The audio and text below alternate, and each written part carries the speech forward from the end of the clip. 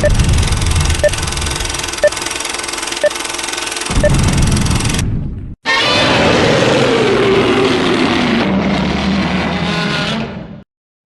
Kaiju fans. Welcome back to the Kaiju World Order. My name is MM, and today we are going to be talking about the Heisei Gamera Trilogy from the 1990s, possibly some hot takes on it, and with me today is my favorite Canadian, all the way up from the deep north, KAIJU CANUCK. How are you doing today? Doing well, man. I hope you're doing well. I'm happy to be here. Yeah, well, thanks for coming. Hopefully we won't get into more trouble like last time we did this. Well, as long as you don't get over like me being a true Gamera fan, I think we'll be okay. Oh, what? You mean you have to like play all the Gamera 2000 games and read the Dark Horse comics and know the Trendmasters Gamera lore and all that fun stuff? I'm already in shit with you because I didn't know who this guy was. Oh. How dare you not know who Gamera Shark was? Yeah, I'm already at a disadvantage. But it's good to be here. And you haven't told me too much about what we're discussing, so I'm looking forward to it. Well, mainly Gamera 3. Recently, right. I rewatched the Gamera trilogy literally while I was at work. Mm-hmm. And Gamera 1 is still awesome to me. Gamera 2 is still awesome to me. And Gamera 3, while it's not a bad movie, mm-hmm. It's definitely not as good as the first two, and I feel it's come a long way since the days of old, where Gamera 3 used to be known as the Dark Knight of kaiju movies. Do you remember that? No, I haven't actually heard that, but that was interesting.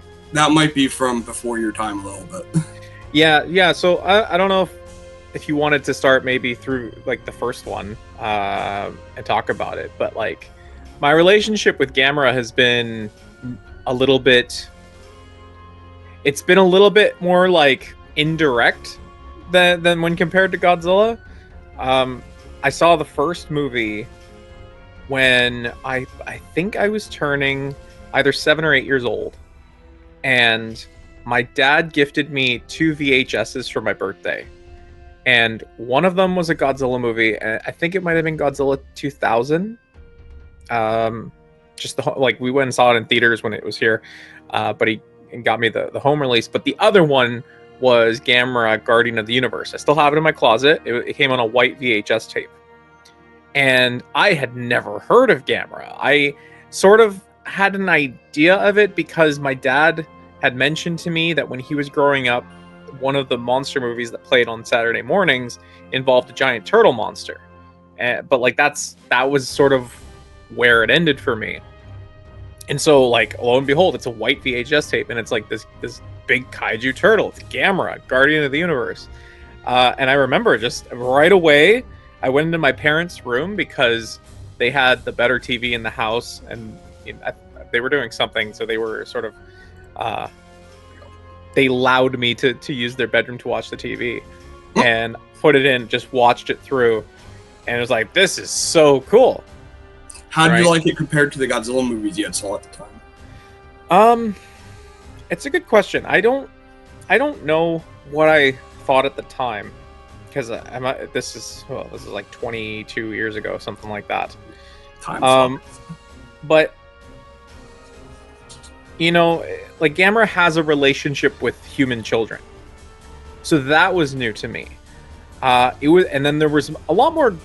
I shouldn't say a lot more, but relatively speaking, it's a gory movie. Like Gamera bleeds, the humans bleed, so like there was that element to it. The end of the movie when he sort of like smiles and does the big nod, I thought that was like so much fun. So that was Gamera Guardian of the Universe for me. And on the back of that VHS tape, it had the other 2 movies in very small photos of the covers. It was very difficult for me to make out what the names were. I could tell that 3 was Revenge of Iris, but Gamera 2, I actually couldn't tell. I actually was not able to read it. Maybe, I think because there were more words. They were smaller on the cover, so I wasn't able to see it. But Revenge of Iris, I was able to make out. But I didn't watch the other two movies until a long time after, because I just didn't have access to them, right? Like, you go from where's an 8-year-old supposed to find Gamera 2, on VHS? Yep. I don't even think it had a VHS release. They, I think you're talking about the same ADV VHS that I had. Maybe. Is it white? I honestly don't remember. I just remember because I remember orange VHS tapes, white VHS tapes, blue VHS tapes, and I remember knowing of Gamera 2 and 3, but I had never seen them until ADV put them on DVD, which would have been about 2003, 2004, give or take. Okay, I don't even. Remind me afterward. I'll dig it out of my closet and I'll send you a photo of it. Maybe I definitely want to see that. So Gamera 3, I believe I was 13 years old, because I remember I was still in elementary school, and it had popped up on our Rogers On Demand service. It was like when video on demand was the big thing, right? Yep, before the it was like stuff. Pay-per-view was like you had to be there at the scheduled time, but then there was on demand, which is like you could watch whenever you want. Yep. And Gamera 3 had popped up, and I was like, oh my god! And I remember asking my parents, I'm like, can I buy this? It was like $10 or something to watch it, and I got to watching Gamera 3, but you hadn't seen 2 at the time yet. I hadn't seen 2, and it was a little bit, maybe just because I was young, but I was a little bit confused by the beginning. I was like, why is he being portrayed as a also, like, it's pretty heavy themes for like a younger person, right? So I was a little bit confused. And then there was the nightmare sequence with like the nightmare Gamera, which freaked me out. But I loved Iris's design. I thought Iris was one of the coolest monsters in the whole world when I watched that movie. And then there's like the ending with the whole swarm of Gauss, which I would eventually learn was never going to be picked up again in a movie.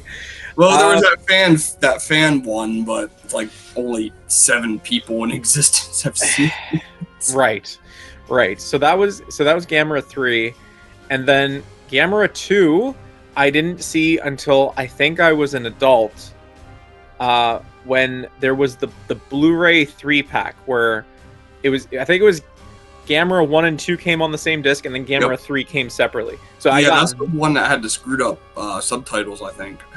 Okay, I didn't even know that. There was a big thing at the time where they had like send in your disc or send in something, and they would issue you a new disc, and it was because the subtitles. I forget what was wrong with them. It's been 10 years since that, I think. Something like that. Yeah. So that was when I got to watch Attack of Legion, and I was actually in undergraduate university at the time, and so I watched it with my housemates, and they had no idea what the fuck was happening. Just giant monsters fighting. yeah. We might not have been sober when we watched it, but nothing wrong with that. But Legion was really cool, and I feel like Legion is, and maybe I'm wrong, maybe you can correct me, but I feel like Legion is regarded by many as the best of the trilogy. That's what I feel as also. Okay, yeah, and I could very easily see why. Like, it's a fantastic film. To me, I feel like Iris has a little bit, like discovering it on demand and seeing it, and as a child seeing the scene when Iris is in front of the moon and full flight, like that, to me, I have sentimental emotions around that sort of. Well, that's just an iconic scene. Everything about it's cool. Yeah, but like very easy to see why Attack of Legion is, probably, not only the best of the series, but probably amongst like the best of like kaiju Heisei movies, right? Yep. You want a funny little thing about Legion is before I actually saw the movie and I knew what Legion was, I thought it was going to have like one of them crazy Japanese pronunciations for the name. Yeah. So for the longest time, until I actually saw the movie, I was calling it Legion because it had huge legs and everything. Yeah. And then when I finally saw the movie, and like keep in mind, like we didn't have like voice chats and everything, right. And so every time I'd see Legion, I was reading it as Legion. I don't think I've ever told that story to anybody. I can 100% understand where you're coming from. That's a really funny thing to do. I think it was they had Legion on the cover of a G-Fan magazine when I was a kid.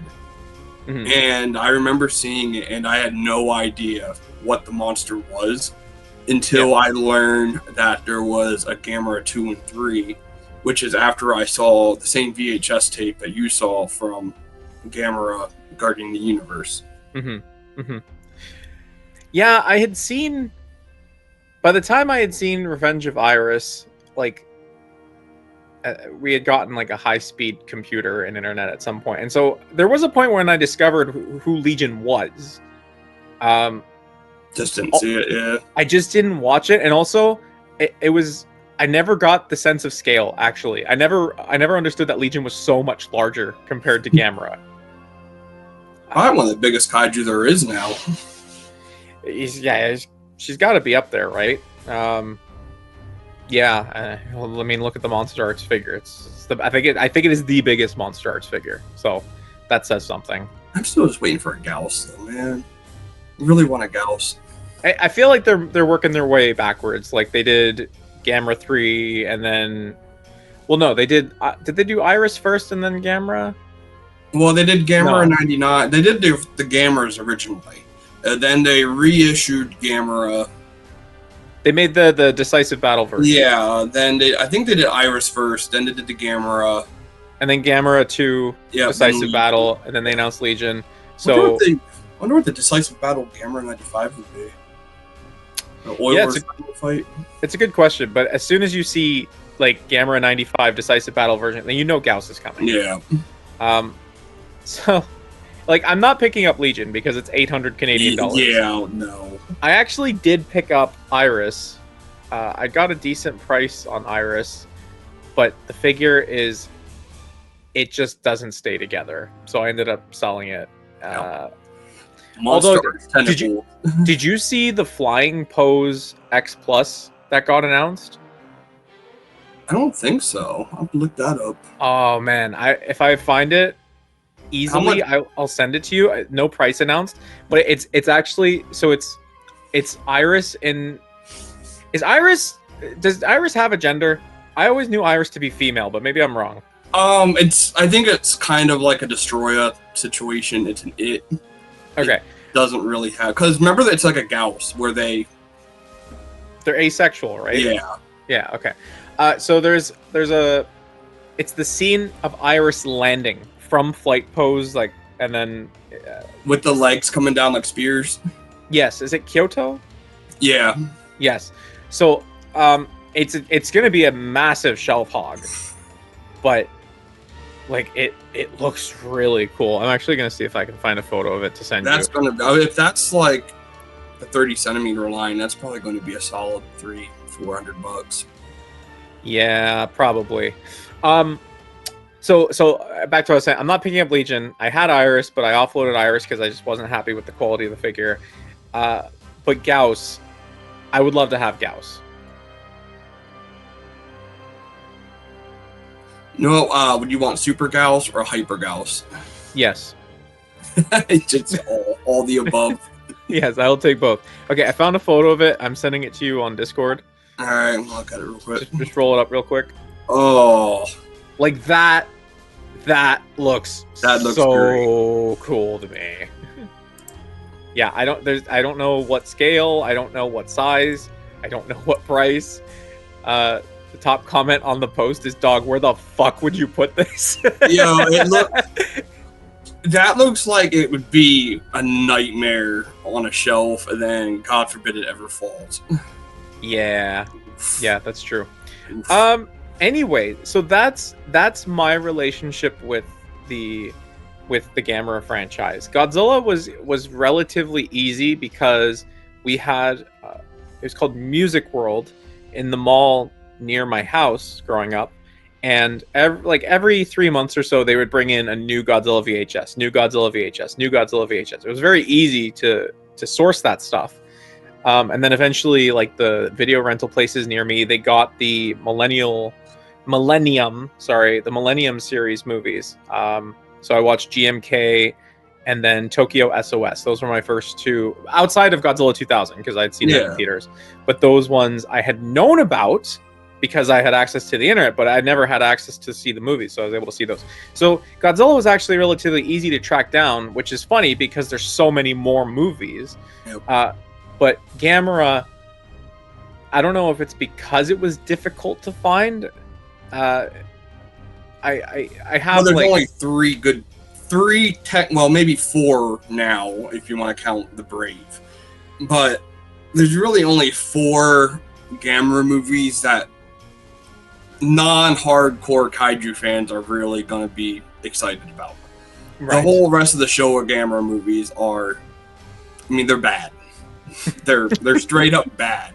They're bad in a good way, but not everybody's going to like them. Sure. Like, I love Gamera vs. Giran, but like I'm not going to recommend that to somebody who's like, only into, say, the Monsterverse or Heisei Godzilla and Heisei Gamera. It's funny you say that because I think Firewood Media just put out a video about Gamera vs. Giran. It's such a crazy movie. It's my ultimate guilty pleasure. Yeah, Firewood Media, Gamera vs. Giran is an unhinged mess 2 days ago. Agree? 100%. That's so funny. The main characters are just 2 little kids that get stuck on an alien planet, and they think they befriend some aliens, and those aliens just want to eat their brains and then go to Earth, and they want to eat their brains so they can learn everything they know and they can fit in on Earth, not to take over or anything, just so they can fit in. Gotcha. Yeah, that sounds like an interesting premise. I have the complete collection. It's right there. I highly suggest, like, if you get a day to yourself, check out Gamera vs. Giran. Okay. All right. So Emma, that's my relationship with Gamera. But I'm curious to hear about yours, and then maybe building up toward Gamera 3. Gamera, mine's a lot like yours, but with Showa Gamera. I remember getting my exposure to Godzilla. I remember all the way back to my earliest memories. Mm-hmm. And then I remember also getting the 4Kids dub VHS tapes of Gamera vs. Giran, Gamera vs. Zigra, and Gamera vs. Gauss. Mm-hmm. And I knew of the black and white Gamera movie, and I knew of some of the other ones like Gamera vs. Jigger and Gamera vs. Virus, but could never find VHSs. And the only reason I knew about them was actually because of my dad, because I remember him telling me about those movies. Right. So then, fast forward to about 2004, and DVDs and everything were getting much more popular, and we started getting the public domain releases of the Showa Gamera movies. Gotcha. And that's when I finally saw the original black and white, but Americanized one, Virus, all the different dubs for Barugon with War of the Monsters. Mm-hmm. And then, the Heisei Gamera ones were actually the ones that I saw after the ones I saw from the Showa era. Right. And then, of course, Trendmasters, they did those redesigns, and I was actually hoping as a kid that those redesigns were going to pop up in the actual movies, and then they never did. And I was broken. Right. But yeah, Gamera was never just like you. It wasn't something that I was really hooked on as a kid. Mm-hmm. I didn't care for Showa Gamera at all as a kid. I watched them once, and I was like, this isn't Godzilla. No. And I didn't really get back into them until I was a teen and early 20s, and then I started going back into Showa Gamera. Yeah. And that's really it. Cool. So, with all that being said, and done. What are your thoughts on Gamera 3 Revenge of Iris? Oh, as I said, I think it's a good movie. It's not bad. I just think it's worse than the other two. And I think I know what my main issue with it is. Right. When you look at Gamera 1 and you look at Gamera 2, you have straight up bad kaiju. You have Legion, you have Gauss, you don't have human antagonists. Mm-hmm. You have the asshole guy that's in the government in the first movie, but then he comes around and he's even like, yeah, we gotta kill the Gauss. Mm-hmm. In Gamera 3, my biggest issues are Ayana, and I can't remember what her name is, the psychic lady, and then you have the crazy dude that's with the psychic lady. Oh my god, the crazy dude. That's and normally I love crazy characters. Yeah. But you have to be crazy for like more than just being the sake of crazy. Yes. And this dude was just obnoxious about it. Yes. So my first watch of the movie was the English dub, and I felt like the English dub, he was even more obnoxious. Yeah. Oh, it's like they took it and they cranked it up. Yes. And then you had the psychic lady who's like hanging around with it. We don't get any real reason why they are even there in the first place. Right.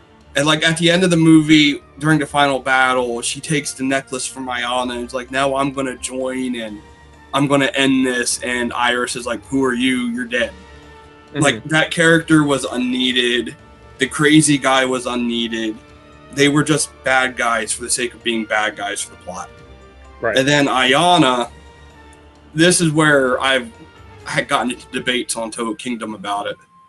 As one does, yeah. Yep. I think Ayana has the mindset of a school shooter. Okay. Because if you look at the movie, Ayana is obviously traumatized from Gamera 95 when they killed her parents. The problem here is nobody sat down and like explained to Ayana that the reason her parents died is because of their own stupid fault. You have giant monsters fighting in the city. Mm-hmm. There's been evacuation notices, and your mom and dad are there collecting the family cat, and your dad's taking pictures as the fight's going down right next door. Mm. And you're stuck in the car, and you're a little kid. Mm-hmm. So, stupidity to the parents right there just for getting themselves killed. And then Ayana, understandably, she has that hatred for Gamera. Yeah. So Iris is doing whatever it can to absorb her. It's using her hatred for Gamera to the point where like it's targeting the people that she dislikes. Yeah. It goes after that adopted family that was being rude to her. Everything like that. Feeds on them. And then finally at the end of the movie, we know that Iris is having some sort of effect on her mind. Because they said about like it was doing something to her nervous system. Yeah. But then they're crying out to Ayana, begging her to stop this. And what does she do? Gamera, destroy, do it more. Or not Gamera, but Iris, destroy, do it more. Cause all this destruction and everything. And then at the end of the movie, Gamera pulls her out after she's been absorbed or whatever. And now she's like, I'm sorry, I'm so sorry. And it's like, okay.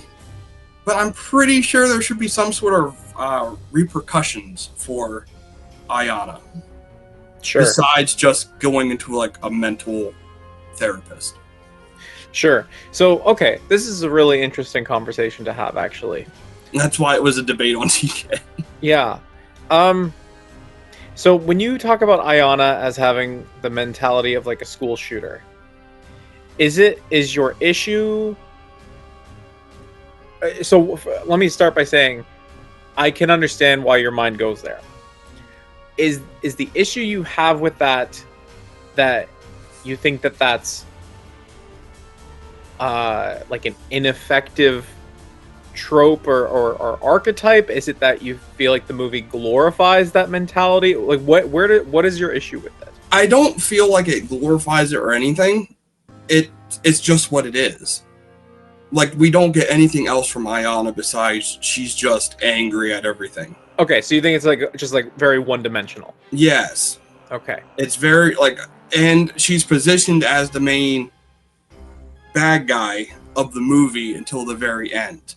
Sure. And that's where I think it hurts Gamera 3 compared to Gamera 1 and Gamera 2 that don't have that type of antagonistic human. Okay, so here's another question for you. Is part of your issue with the movie, I would argue that the movie treats Ayana as the main character. Or at least one of the two main characters. Yeah, she's definitely one of the main characters. She's more of a main character than Asagi. Right, and as you know, one of the main characters being relatively one-dimensional, you think, is that what you feel like hurts the movie as a whole? If that's what it could be, possibly, but I've always just chalked it up to I just don't like watching this movie that much because Ayana is just the worst. It's like watching a movie about a horrible person, and then the horrible person does a bunch of horrible person stuff. Right. And then at the end of the movie, I'm sorry, and faces absolutely zero consequences. Sure. I mean, she probably gets eaten by Gauss, but, like, you know, we don't see it. Sure. So, okay.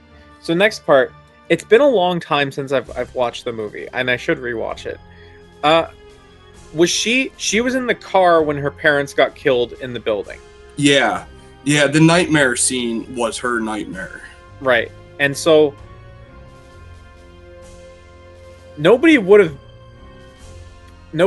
been present to tell her why her parents were still in the building when it got crushed, I guess. Yeah. But still, yeah, like, but so, why? Why are you still there?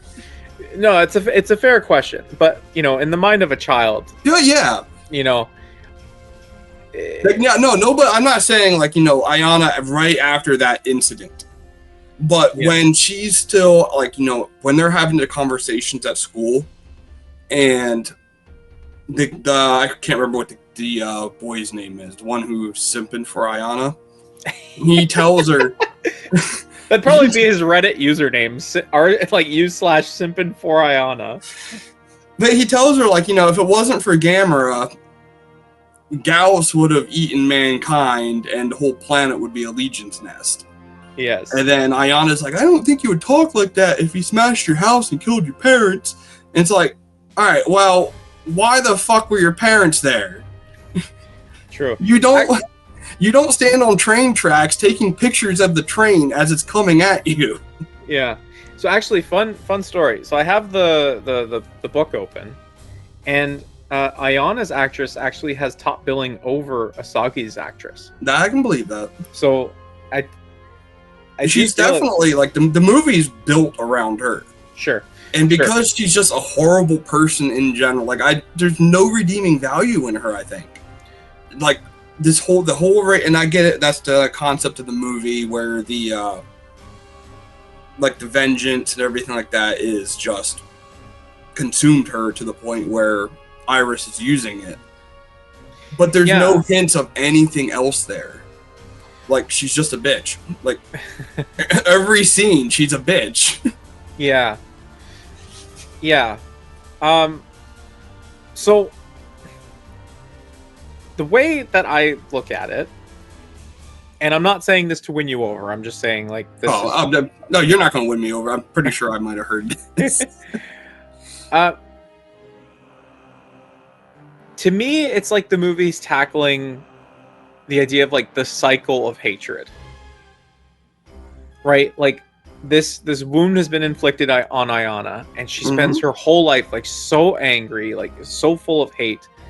And then she's in the very position to inflict that same damage that caused her to go down this path.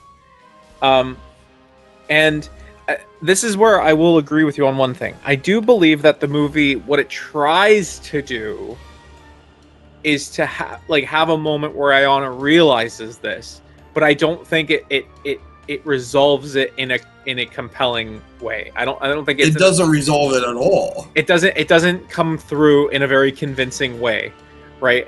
And I haven't seen the movie in a long time. I'm not sure what they could have done to do that, to convey that message, but like I think the intention is that as she fuses with Iris, she has this revelation. It's like, oh my god, like all of this pain I felt is fueling Iris, and Iris is doing all this stuff too, like. And I would imagine that she doesn't want to be part of that anymore.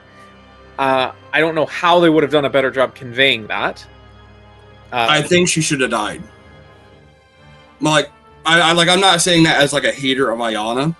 Like, I'm saying that for the storyline. Like, if they would have done something where she was inside Iris and Gamera was losing the fight, and Ayana did something to weaken Iris or outright kill him, and then she sacrificed herself or however it would be, and then that would like a redemption type thing. Because after all the carnage that she fueled, like she willingly fueled it.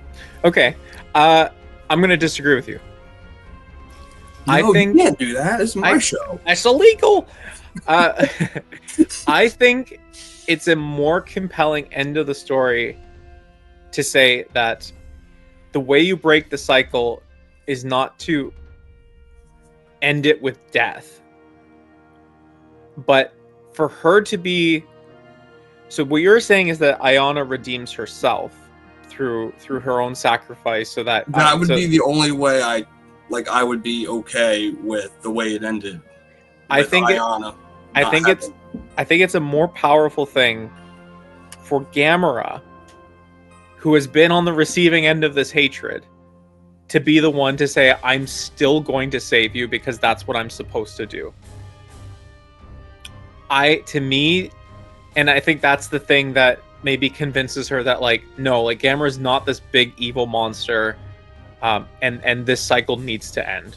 Okay. Again, I will fully yield to you. No, I get what you're saying too. I like that thought process. I fully yield to you that I think that the movie could have done a better job of resolving all of that and making it a little bit more clear.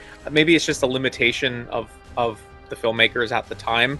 You know, if they were ever to get around to remaking that trilogy, which would be interesting, but maybe not so great, that would definitely be one area that I think would needs that extra care to convey that message. But I really do think the idea that the person that Ayana has been actively trying to punish all movie, the fact that he's the one who ends up saving her,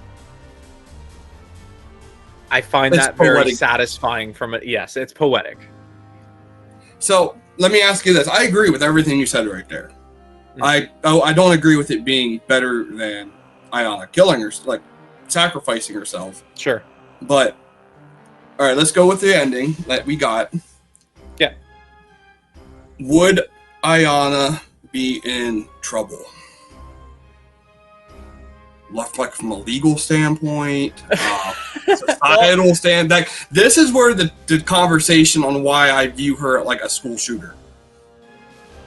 Because she survived it. And she was the cause of all that chaos. Not just because of her hatred, but she allowed Iris to do it. Everybody, kid was telling her. She didn't just allow it to do it. She actively fueled Iris. Yeah, and that's why I'm saying with Ayana, like mentality wise, I think she's like a school shooter, but replaced the gun with a giant monster. Law and Order, special kaiju victims.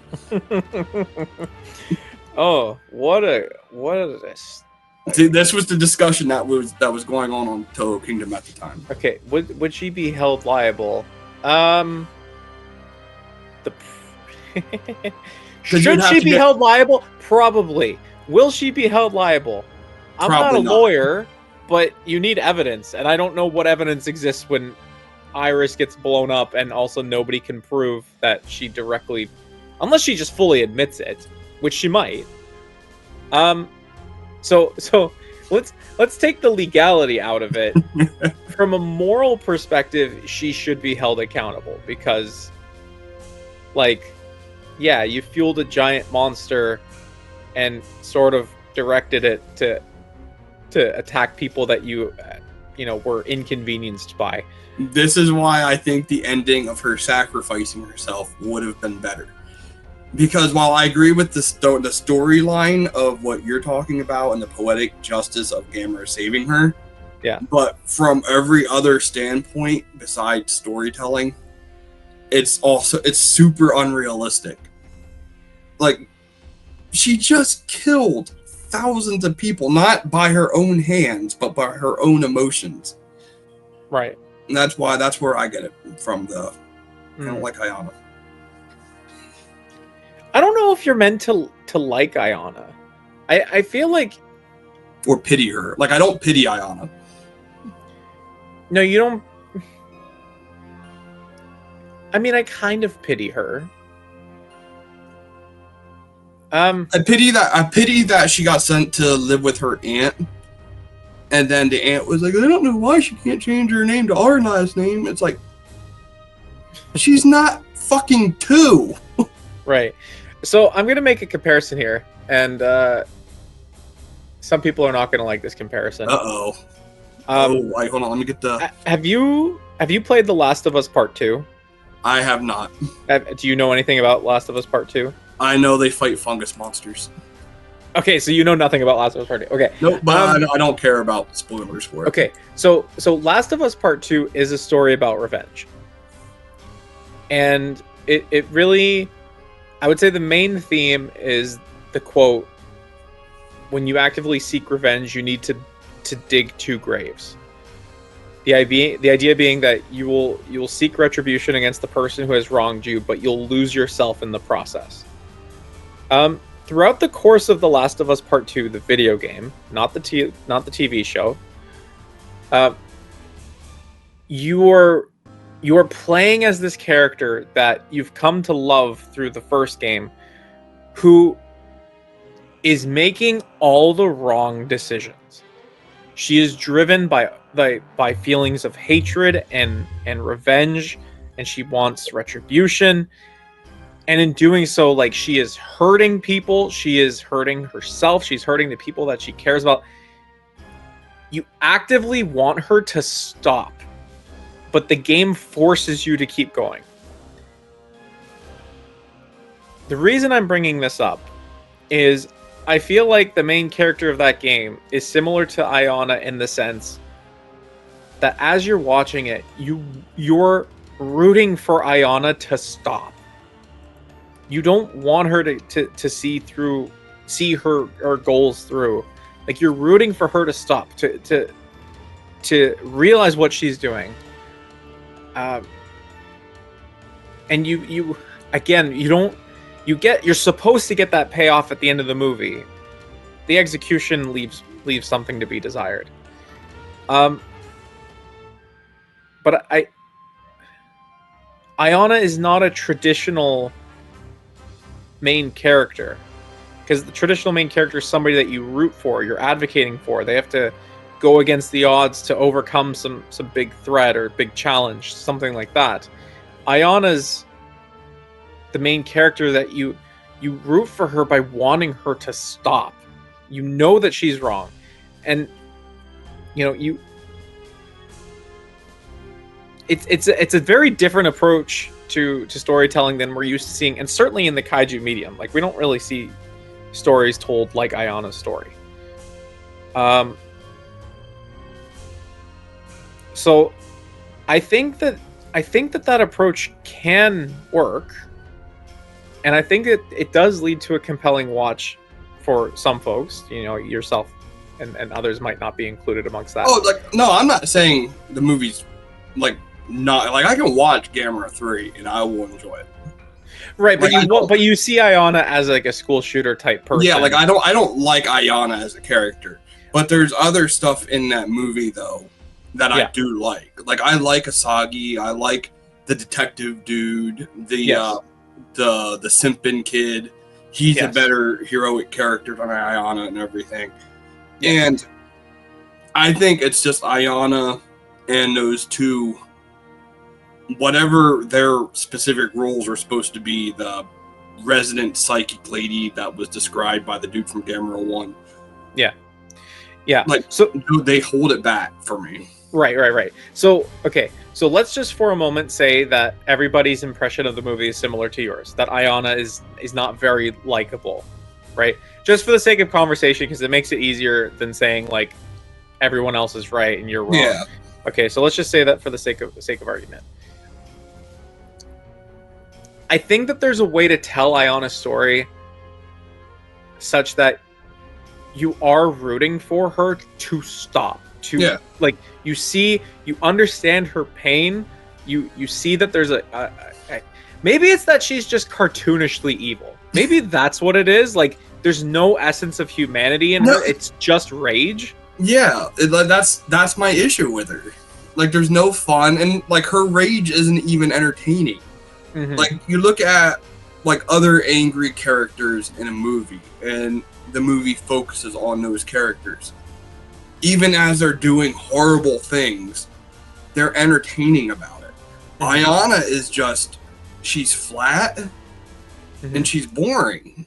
Mm-hmm. Like she doesn't have those angry like fits of rage that you would be like, oh man, this person is just mad as hell.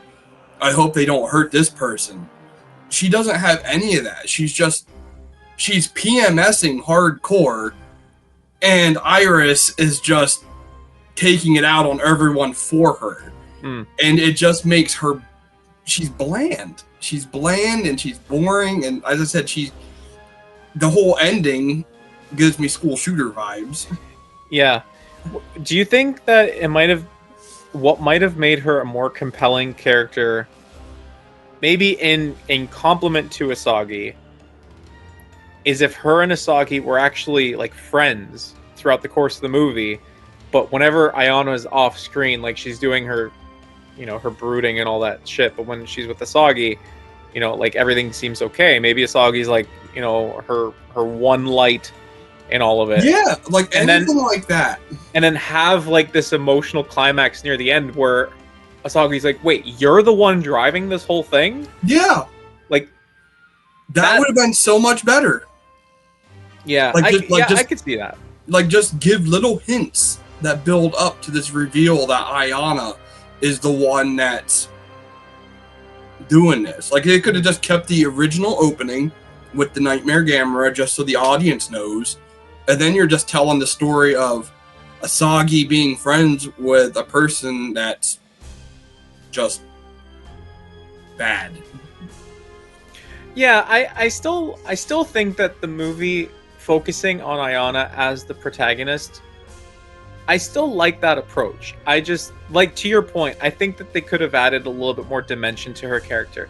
Don't make her like so like outlandishly like don't pull an MM with her, but yeah, like show the elements of humanity, right? Like show that she is actually somebody who can be redeemed, so that when she is redeemed, it actually feels earned. Yeah, it feels like something that could happen.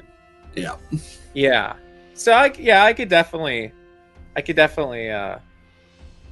empathize with your perspective on that for sure.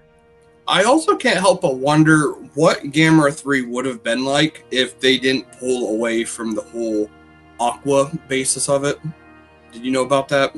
No, could you explain that to me? So Gamera 1 is a battle that takes place, like the story is in the sky with the Gauss. Yeah. And then Legion is mostly on the ground. Right. They wanted Gamera 3 to be aquatic. I see. Okay. But because Rebirth of Mothra 2 happened, and that took that same concept, they changed it up to Gamera 3, so it's just kind of a mix of ground and sky, I guess.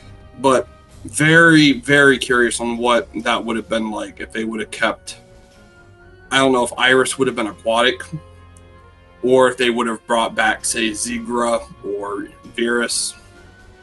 Yeah, when you say that, I think of like the Zigra fight from Gamera Rebirth. Oof, That was pretty sweet. that was awesome. I love that show. Love Yeah. that whole anime. Yeah, Hoping they do another one. I hope so too, man. Our boy needs the Okay. the spotlight. We need to bring Barugon back too. And Yeah, maybe they can do Ayana in a new anime. And they can build up with what we were just talking about from the very beginning to the very end. Yeah, there you go. We'll write them. We'll tell them, hey, let us direct your part 3. Yeah. I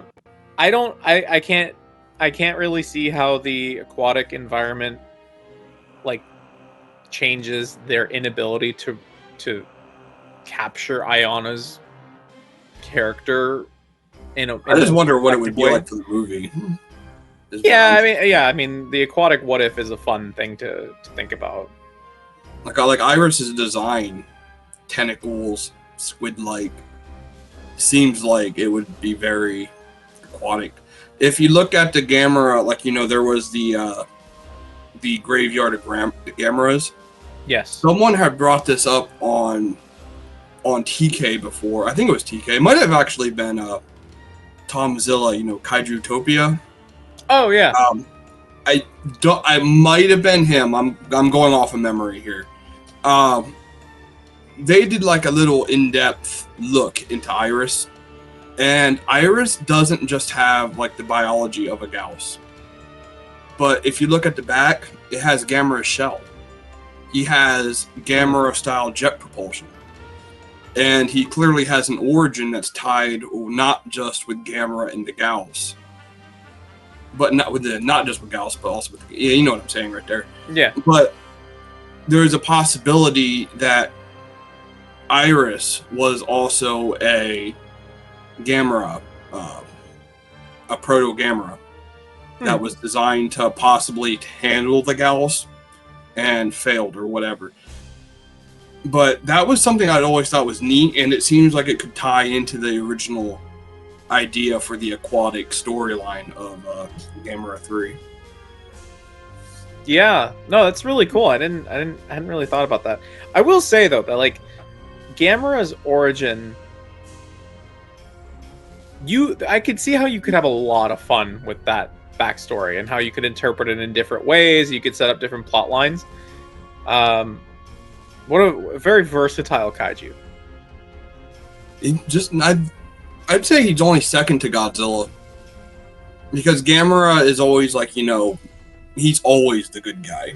You can't really tell like have you seen the black and white original one? No.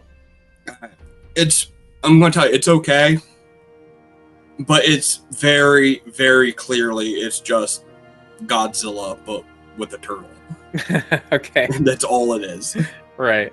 They come up with a crazy idea at the end, and that's it. That's okay. So, yeah, the Heisei Gamera trilogy really did a good job on making Gamera more than just a Godzilla clone, and also taking the whole friend of children thing and not making it super weird like it was in the Showa era. Right. So he's still technically like he's linked to like the human host or whatever, but we don't have him putting Asagi on his back and like flying away, which does happen in the Showa Gamera movies. Oh, fun.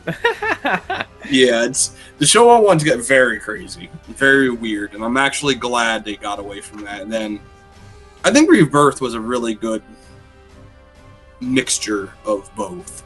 Yeah. Yeah, Rebirth is great. It's a great show.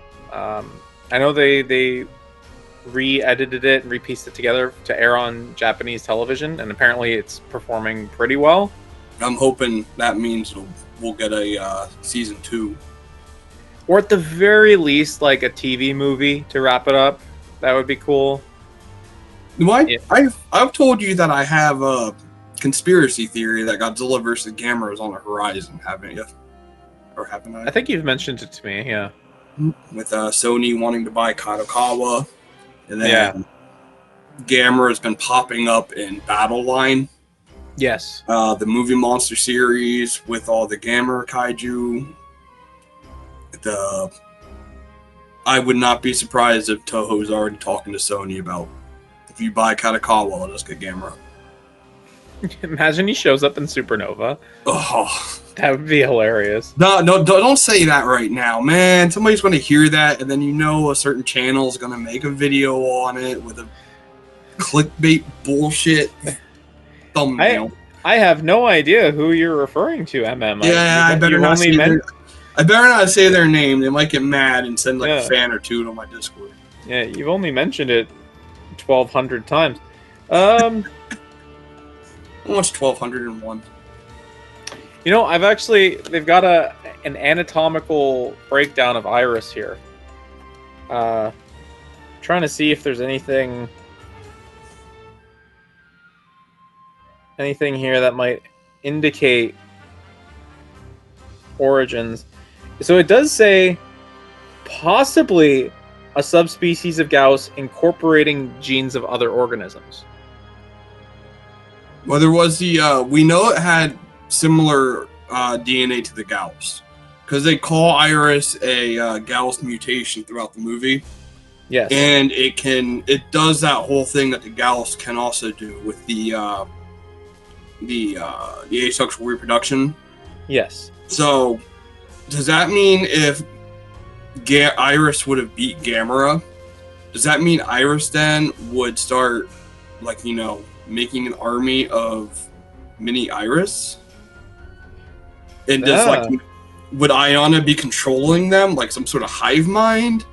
Or would each mini Iris be going after their own little orphaned child that hates Gamera? What an interesting idea. Each of the tentacles have secondary brains. That's a cool concept. Yeah. I don't have that book. I have the split disc that has okay. the Showa set and the Heisei set. Yeah. Does that say how the tentacles can absorb, or not the tentacles, but the hands absorb the spears? His hands? Yeah, because Iris has some spears, and it can absorb the power of Gamera when it impaled him. Oh, you mean like the spears at the end of the tentacles? No, Iris's spear hands. But he didn't do that with his hands. Yeah, he speared Gamera with with the tail. Well, not with the tail, but with his arm to the post. I don't think. Then he lifted two tentacles up, and then the tentacles turned the absorbed energy into fireballs. I don't think he did. Do you want to check real quick? Do you have a digital copy on hand? I mean, I can go to Tubi, and it's on Tubi. We're gonna have to cut a lot of this out, but no, I'll just make a little edit, like Star Wars scroll style, that says "I was right" or "You were right." Okay.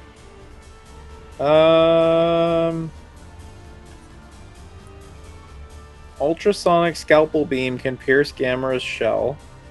There's nothing. Wait.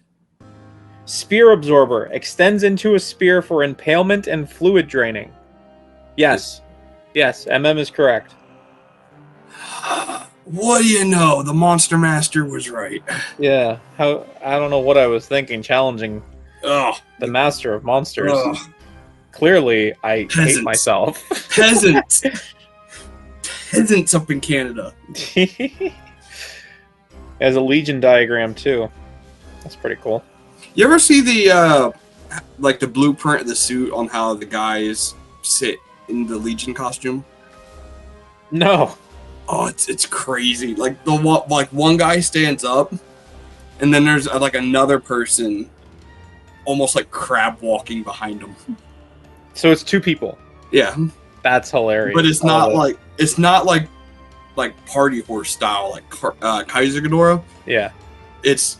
I don't know, it's like you'd have to have a yoga person in there. What's this guy's name again? Gamera Sharp. Gamera Sharp.